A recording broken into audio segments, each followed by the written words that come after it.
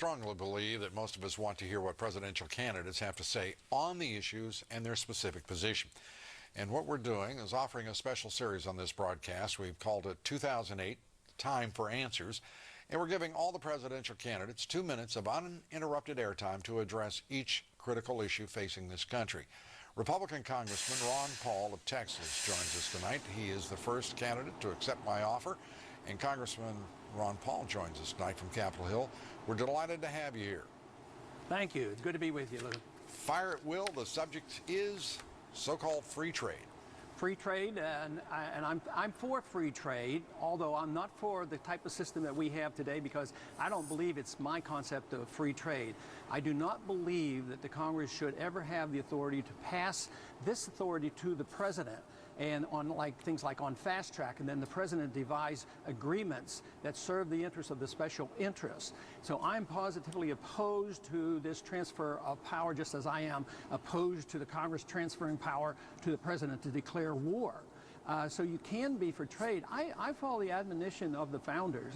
They think we're a lot better off if we trade with countries rather than fight with them. You know, we fought with Vietnam all through the 60s. It didn't go well. We left. Now we trade with them, and I think we do better trading. But where our problem gets into are these managed trade agreements under the WTO and under NAFTA and the plan for a North American Union. These are the kind of movements I think are very detrimental to our national sovereignty. I don't think it helps our workers. And in combination with our monetary policy, we are now exporting our jobs due to a flawed trade policy and actually a flawed foreign policy, because we have allowed too much power to gravitate to the executive branch, and the Congress won't live up to their responsibilities. The Congress is supposed to be protecting us, protecting and guarding against guarding our liberties. At the same time, here we are once again in an undeclared war overseas. It's going on endlessly, trying to enforce UN resolution, which is very disruptive to our economy. It causes huge deficits, and that is more disruptive to our trade policies as well. So, but I do not believe we can solve all our trade problems unless we eventually look at monetary policy. Because when we have the privilege of printing the reserve currency of the world, we abuse this, we print the money, and no wonder the jobs go overseas because they take our dollars. But that is coming to an end because this war and our financial obligations is nearly bankrupt this country, and I think we're in for big trouble. Congressman, you did it. I mean, that's 2 minutes uninterrupted. We appreciate it. Let me ask you a couple of follow-up questions, if I may. Okay. First, let me ask you the question that is often asked of someone taking the position that you have on free trade. And I want to remind everybody who may be surprised as you speak about free trade that you are a candidate for the Republican nomination. Are you a protectionist? No, not really. Only when it becomes national security reasons. But no, I think the more trade that we can have, the better. But I just don't like privileged trade. I don't like international managed trade. You know, I don't like this NAFTA and WTO managed trade because I don't think the people are served. I think the special interests are served because they have the influence in these organizations. Would you either rewrite or rescind NAFTA? I'd get rid of NAFTA and WTO for that matter. I certainly don't want a North American Union, and I'm sick of these plans for this highway coming through here that's going to go from Mexico to Canada. That's not my idea of national sovereignty.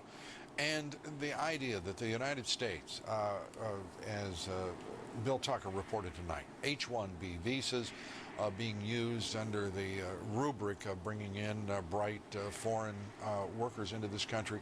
In point of fact, as our research has demonstrated, more than half of those for low-skilled jobs. What would be your position there? That I would not have as much concern about, but I think it needs monitoring. My big concern are the illegals. Now, I'm concerned about all the enticements we give for the illegals, automatic citizenship by being born here, and then just be here for a while and you get in front of the line, free medical care, free education. No wonder they bring their families. So I would get rid of all the benefits to the illegals and deal with that. And the legal entry, then it needs more monitoring and looking into these H-1B and different categories that we have. Congressman Ron Paul, we will leave a discussion of illegal immigration to another time for greater examination. We thank you for being here tonight. Thank you. Congressman Ron Paul. Well, as the presidential campaign continues, we'll continue this special series on our broadcast. 2008, definitely it is time for answers, giving all the presidential candidates who want to take us up on our offer 2 minutes of uninterrupted airtime to address each critical issue facing this country. Up next at the top of the hour, the situation